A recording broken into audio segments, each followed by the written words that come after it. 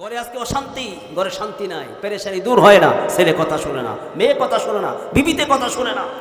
তাফসীর ইবনে কাসিরের মধ্যে আসছে, ঘরের ভিতরে কেউ যদি 3টা আমল করে। কয়টা আমল? সাউন্ডটা জোরে দিবেন। আমি যতক্ষণ বয়ান করব আমার সঙ্গে কথা বলবেন। আগের বক্তাদের সঙ্গে কি করছেন না করছেন সেটা আমি জানি না। আমার সঙ্গে বসে থাকলে, বয়ান শুনলে কথা বলতে হবে। রাজি আছেন? রাজি নাই কারা কারা হাত তুলেন। সবাই রাজি আছেন? তো একটু গলাটা কাশি দেন, জোরে কাশি দেন। কথা বলবেন এবং শুনবেন, উত্তর দিবেন। রাজি আছেন? বলেন ইনশাআল্লাহ।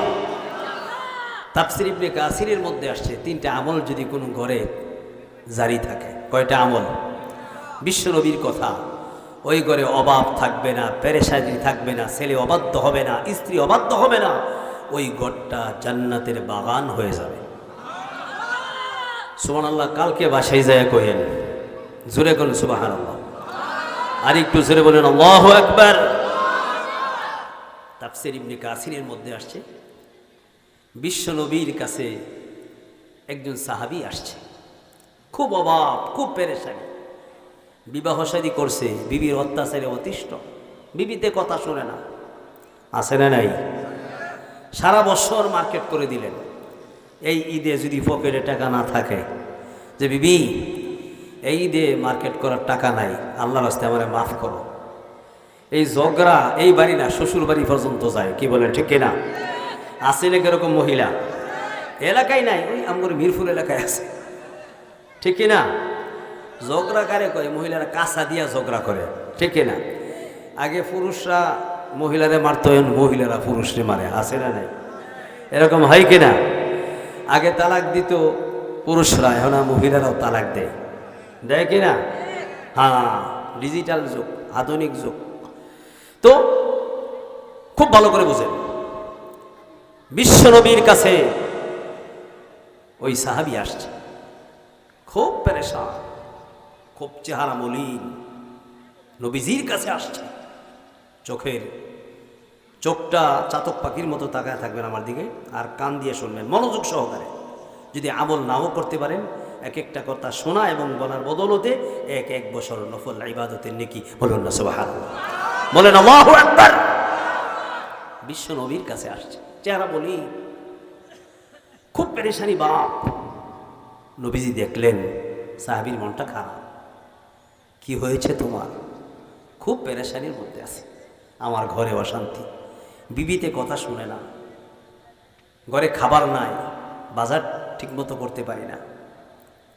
নবীজির কাছে আসছে পৃথিবীর সর্বশ্রেষ্ঠ মানুষ, সেই জবান দিয়ে জীবনে কোনোদিন মিথ্যা কথা বলে নাই, যেই চোখ দিয়ে জীবনে কোনোদিন বেগানা নারীর দিকে তাকাই নাই। বলুন না সুবহানাল্লাহ।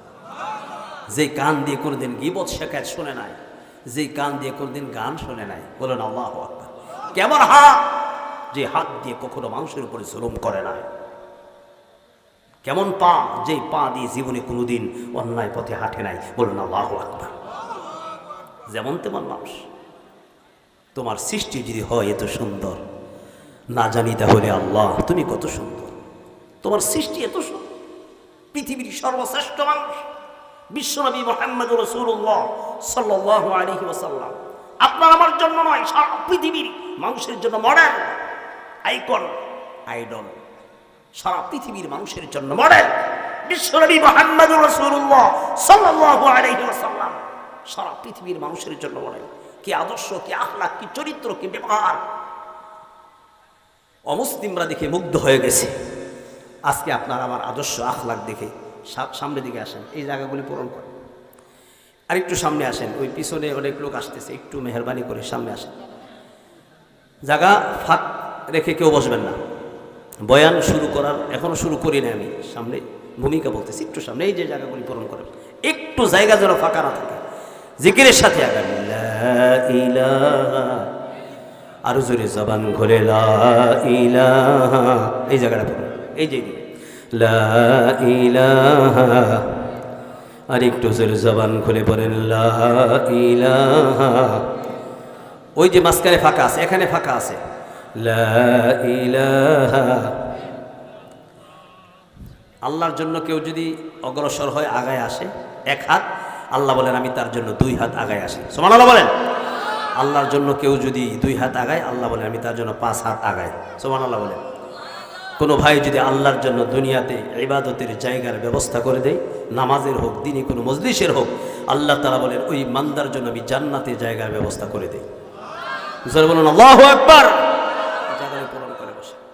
তো বিশ্ব নবীর কাছে আসছে ওই সাহাবী, পেরেশান চেহারা, বলি খুব বিষণ্ণতা ভাব, নবীজির কাছে যখন পেশ করলেন, বিশ্ব নবীর কাছে, আল্লাহ নবী বলেন ও আমার সাহাবী, বাসায় তুমি যখন যাবে, যাওয়ার পরে সর্বপ্রথম যে আমল তুমি করবে, 1 নাম্বার আমল হলো তুমি যখন তোমার ঘরের ভিতরে ঢুকবে, তুমি সালাম দিয়ে ঢুকবে। জোরে বলুন না সুবহানাল্লাহ। আর একটু জোরে জবানটা করে বলুন আল্লাহু আকবার। বিশ্বনবী বললেন তোমার ঘরে সালাম দিয়ে তুমি প্রবেশ করবে। যেই ঘরের ভিতরে সালাম দিয়ে প্রবেশ করা হয়, ওই ঘরের ভিতরে শয়তান প্রবেশ করে না। জোরে বলুন না সুবহানাল্লাহ। ওই ঘরের ভিতরে আল্লাহর রহমতের ফেরেশতারা প্রবেশ করে। সুবহানাল্লাহ। ওই ঘরে প্রবেশ করে কারা বলেন? আল্লাহর ফেরেশতারা। আর যেই ঘরের ভিতরে সালাম ছাড়া প্রবেশ করা হয়, ওই ঘরের ভিতরে শয়তান প্রবেশ করে। ঘরের ভিতরে ঝগড়া হয়, ছেলে অবাধ্য হয়, মেয়ে অবাধ্য হয়, বিবি কথা শোনে না। হে আমার যুবক ভাই, বৃদ্ধ বাবাজি, একটা আমল করে ঘরের ভিতরে ঢুকবেন, আমার আল্লাহ ওই ঘরটাকে শান্তির বাগান বানায় দেবে। জোরে বলুন না সুবহানাল্লাহ। তাহলে ঘরে ঢোকার সময় কি করব বলেন? সবাই বলেন কি করব? বলে হুজুর আমার ঘরে মা নাই, বাবা নাই, কেউ নাই। বলে যদি কেউ না থাকে, খালি ঘরে আমি সালাম দিয়ে ঢুকবো। খালি ঘরের মধ্যে আল্লাহর ফেরেশতারা থাকে, ওই ফেরেশতারা সালামের উত্তর দিয়া দিবে। জোরে বলুন না সুবহানাল্লাহ। তাহলে 1 নম্বর আমল পাইলাম, ঘরের ভিতরে সালাম দিয়ে ঢুকবো। 2 নাম্বার হলো ঘরের ভিতরে ঢুকেই আমি সূরাতুল ইখলাস তেলাওয়াত করব। কোন সূরা বলেন? সবাই জোরে বলেন কোন সূরা? সবাই আমার সঙ্গে জবান খুলে একসাথে পড়েন, কুল হুয়াল্লাহু আহাদ আল্লাহুস সামাদ লাম ইয়ালিদ ওয়া লাম ইউলাদ ওয়া লাম ইয়াকুল লাহু কুফুয়ান আহাদ। বলেন আল্লাহু আকবার। আরেক জোরে জোরে বলুন আল্লাহু আকবার। সূরা ইখলাস পড়বেন একবার, এরপরে দরজাগুলি জানালাগুলি যে আছে আপনি যখনই বন্ধ করবেন, আউযু বিল্লাহ পড়বেন, বিসমিল্লাহ পড়বেন। খোদার কসম করে বলি, ওই ঘরে কখনোই অভাব স্পর্শ করবে না। জোরে বলুন না সুবহানাল্লাহ। হে আমার যুবক ভাই, বৃদ্ধ বাবাজি, বিশ্বনবীর সাহাবী বাসায় গিয়ে আমল শুরু করে দিল। কথাটা বলছে কে? দুনিয়ার যেমন তেমন মানুষ বলে নাই, বিশ্বনবী বলেছে। কথাটা কে বলছে? আমার বারা বিশ্বনবী বলছে। বলুন আল্লাহু আকবার। আরে দুনিয়ার এমপির কথা বিশ্বাস করো, দুনিয়ার মন্ত্রীর কথা তুমি বিশ্বাস করো, আরে দুনিয়ার মানুষের কথা বিশ্বাস করো, তোমার বিবির কথা বিশ্বাস করো, তোমার বন্ধুর কথা তুমি বিশ্বাস করো। এমন মানুষ বলছে যে মানুষ জীবনে কোনোদিন মিথ্যা কথা বলে নাই। বলুন আল্লাহু আকবার। যেই মানুষ জীবনে কোনোদিন ধোঁকাবাজি করে নাই, প্রতারণা করে নাই, ওই মানুষ বলছে।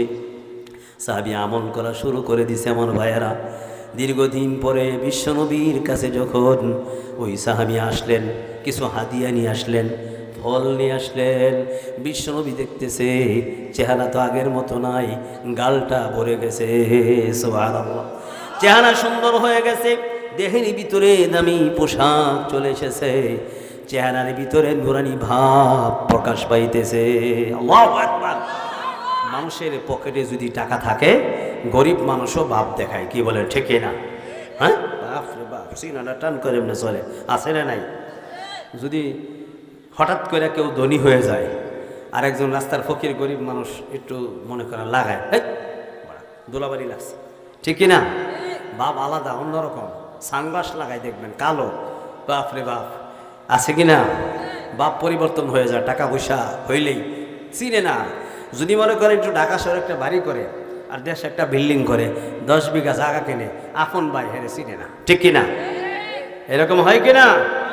বাপরে বাপ, হামসে বাবু ডাং করে নিস, হামসে কই বেহতার নেই, আমার থেকে বড় আর কেউ নাই। আসে তুমি বড় না, তুমি হলো ছোট, বড় হলো আমার আল্লাহ সুবহানাহু ওয়া তাআলা, ঠিক কিনা?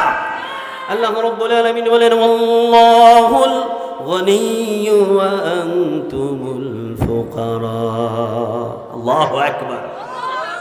সূরা মুহাম্মদ 26 নম্বর পারার 9 নম্বর পৃষ্ঠার একদম শেষের আয়াত। আমার আল্লাহ বলেন, সারা দুনিয়ার সমস্ত মানুষগুলি হলো ফকিরের বাচ্চা ফকির, মিসকিনের বাচ্চা মিসকিন। ধনী হলো কে? জোরে আওয়াজ করে বলুন কে? দুনিয়ার সবাই ফকির আর আমার আল্লাহ ধনী। প্রশ্ন করতে পারেন, হুজুর দেশে আমার বাড়ি আছে, গাড়ি আছে, জায়গা জমি আছে, ধনী তো আমি। না না, তুমি ধনী না। এই বাড়ির মালিকের আগে তোমার বাবা ছিল, তোমার বাবার আগে তোমার দাদা ছিল, তোমার দাদার আগে তোমার পরদাদা ছিল। কি বলেন ঠিক কিনা? এই বাড়িতে তুমি থাকতে পারবে না। এই জমিন কিন্তু তোমার না, এই জমিন তোমার সঙ্গে কবরে যাবে না। মায়ের পেট থেকে তুমি খালি হাতে এসেছিলে, আবার মায়ের পেট থেকে যেই রকম খালি হাতে এসেছিলে, যেই দিন তুমি চলে যাবে ঠিক অনুরূপ খালি হাতে চলে যাবে, ঠিক কিনা? কিছুই তোমার সঙ্গে যাবে না, খালি হাতে শূন্য হাতে চলে যেতে হবে। তাহলে এই বাড়ির মালিক তুমি না, এই জায়গার মালিক তুমি না, এই এলাকার মেম্বার তুমি না, এমপি তুমি না। তোমার আগে অন্য কেউ মেম্বার ছিল, চেয়ারম্যান ছিল, এমপি ছিল। আজকে একজন প্রধানমন্ত্রী, আগে আরেকজন ছিল। কি বলেন ঠিক কিনা? এর আগে আরেকজন ছিল, এর আগেও আরেকজন ছিল। আল্লাহ বলেন, আমি ছিলাম, আছি, থাকবো। দুনিয়ার মানুষগুলি আজ আছে, কাল থাকবে না। এদের মালিক কিন্তু এরা না, সব কিছুর মালিক আমি আল্লাহ, ঠিক কিনা? সব কিছুর মালিক কে? যেই কথা বলতেছিলাম, সাহাবী বিশ্বনবীর কাছে যখন আসলেন, নবীজি বললেন, কি ব্যাপার, তোমার হালত কি পেশ করো? বলে, ইয়া রাসূলুল্লাহ, ইয়া হাবিবাল্লাহ, আমার অর্থনীতি স্বাবলম্বী হয়ে গেছে, আমি ধনী হয়ে গেছি, এখন আর আমি গরিব নাই। সুবহানাল্লাহ। আপনি বলেছেন, আপনার কথার উপর আমল করেছি। বিশ্বনবীর জবানের কথা শুনে সাহাবী যখন আমল শুরু করে দিয়েছে, সাহাবীর অভাব নাই, পেরেশানি নাই। ঘরে স্ত্রী অবাধ্য ছিল, স্ত্রী ভালো হয়ে গেছে। স্ত্রী আগে স্বামীকে সালাম দেয়, এবার প্রতিযোগিতা শুরু হয়ে গেছে। স্বামী বলে, আমি আগে সালাম দিব, স্ত্রী বলে, আগে আমি সালাম দিব। স্ত্রী আগে সূরা ইখলাস পড়ে, স্বামী বলে, আমি আগে সূরা ইখলাস পড়ি। আমার ভাইরা, ঘরের ভিতরে আমলের প্রতিযোগিতা যখন শুরু হয়ে গেছে, আকাশের মালিক দেখতেছে এই মানুষগুলি আল্লাহ এবং রাসূলের পাগল হয়ে গেছে, আমি আল্লাহ তাদের জন্য যথেষ্ট হয়ে গেছি। জোরে বলুন না সুবহানাল্লাহ। এরকম আমল আমরা করতে পারবো কিনা বলেন? আমল যদি করেন, দুনিয়াতে দামি হয়ে যাবেন, ঘর ঠিক হয়ে যাবে, মেয়ে ঠিক হয়ে যাবে। কে কথা বলেন? দেখেন তো, কথা বললে খুব সমস্যা। ধরেন কে কথা বলে, একজন যান। আমল যদি করেন, দামি হয়ে যাবেন, দুনিয়াতেও দামি হবেন, আখিরাতেও দামি হবেন। আমল যদি নাও করেন, জিন্দেগি চলে যাবে। আমল যদি করেন, তাও জিন্দেগি চলে যাবে। কি বলেন ঠিক কিনা? সবাই একসাথে আমার সঙ্গে আওয়াজ দিয়ে উচ্চ আওয়াজে বলবেন, সবাই একসাথে বলবেন, কেউ চুপ করে থাকবেন না। এই জবানটা দিছে কে? আর একটু জোরে বলেন, কে?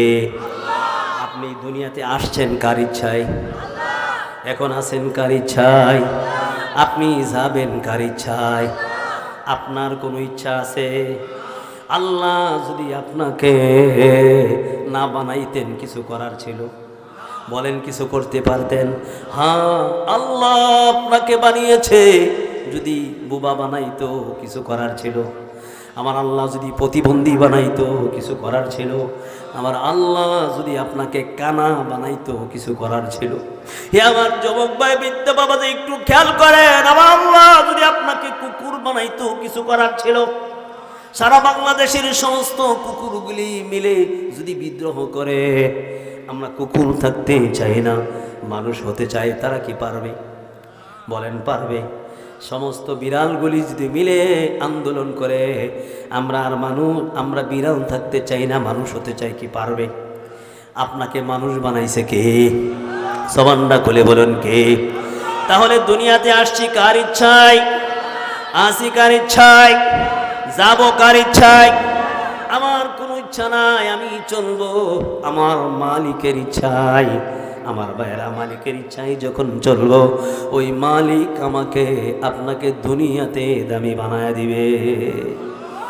জোরে বলুন না সুবহানাল্লাহ। আচ্ছা, আবু বকর সিদ্দিক রাদিয়াল্লাহু তাআলা আনহু আপনার আমার মতো মানুষ ছিলেন কিনা বলেন? জোরে বলেন, মানুষ ছিল কিনা? আবু বকরে তো দামি কিভাবে হয়েছে? আমার মানুষ ছিল। ওমর কিন্তু অমুসলিম ছিল, কাফের ছিল। ওমর কিভাবে এত দামি হয়েছে? ওসমান কিভাবে দামি হয়েছে? আলী কিভাবে দামি হয়েছে? আব্দুল কাদের জিলানী রহমাতুল্লাহ আলাইহি কিভাবে দামি হয়েছে? ইমাম বুখারীকে জীবনে আমি আপনি কোনোদিন দেখি নাই, নাম শুনেছি। তার মহব্বত এই দিলের ভিতরে আছে না নাই? দামি হয়েছে কিসের বদৌলতে আমার ভাইয়েরা? আমলের বদৌলতে দামি হয়েছে। বাড়ি করে দামি হয় নাই, গাড়ি করে দামি হয় নাই, এমপি আর মন্ত্রী হয়ে দামি হয় নাই, বিদেশে দেশের টাকা বিদেশে পাচার করে দামি হয় নাই, সুদ খেয়ে দামি হয় নাই, ঘুষ খেয়ে দামি হয় নাই। দামি হয়েছে একটা মাত্র কারণে, সেটা হলো কি? সবাই জুড়ে বলুন কি? আমার ভাইয়েরা, আমলের দ্বারা দামি হয়েছে। হাজার হাজার বছর চলে গেছে, আমি ইতিহাসের কিতাবের মধ্যে পড়েছি, আর চোখ দিয়ে টপ টপ করে পানি পড়ে। ইমাম বুখারী রাহমাতুল্লাহি আলাইহি 2000 বছর আগে মারা গেছে। এখন আমার ভাইয়েরা, তার কবরের পাশ দিয়ে কেউ যদি হেঁটে যায়, আল্লাহর কসম কবর থেকে সুঘ্রাণ বের হয়। জোরে বলুন আল্লাহু আকবার। আমার ভাইয়েরা, মানুষগুলি কবরের মাটি গায়ের মধ্যে মাখে, মানুষ কবরের মধ্যে গিয়ে চুমু খায়। আমার ভাইয়েরা, কেন চুমু খায়? ইমাম বুখারী আমলের দ্বারা দামি হয়েছে। দিনের বেলা 1 খতম কোরআন পড়েছে, রাতের বেলা 1 খতম কোরআন পড়েছে। তাহাজ্জুদ নামাজের ভিতরে 1 খতম কোরআন পড়েছে। কয় খতম হলো? জোরে বলেন, কয়টা? প্রতিদিন একটা, মাসে হলো 30টা, দিনে একটা, 30 30 60। তাহাজ্জুদ নামাজ 1 খতম, 61 খতম। বলুন আল্লাহু আকবার। এই যে রমজান চলে গেছে, আপনি কয় খতম কোরআন পড়লেন? খতম তারাবি পড়েন নাই, সূরা তারাবি পড়েছেন। কত তাড়াতাড়ি পড়া যায় আমার ভাইরা। দামি হওয়ার একটা মাত্র হাতিয়ার, সেটা হলো নেক আমল। ঠিক না? নেক আমল ছাড়া কেউ দামি হতে পারে নাই, পারবেও না, শুধুমাত্র নেক আমল। এজন্য আমার ভাইয়েরা, এমন জীবন তুমি করো হে গঠন, মরিলে হাসিবে তুমি, কাঁদিবে ভুবন। ঠিক না? এমন জীবন তুমি করিও না গঠন, মরিলে কাঁদিবে তুমি, হাসিবে ভুবন। মৃত্যুর পরে জগৎবাসী তোমার জন্য কাঁদবে, আর তুমি হাসবে। আর যদি তুমি নাফরমান হয়ে, বেঈমান হয়ে মারা যাও,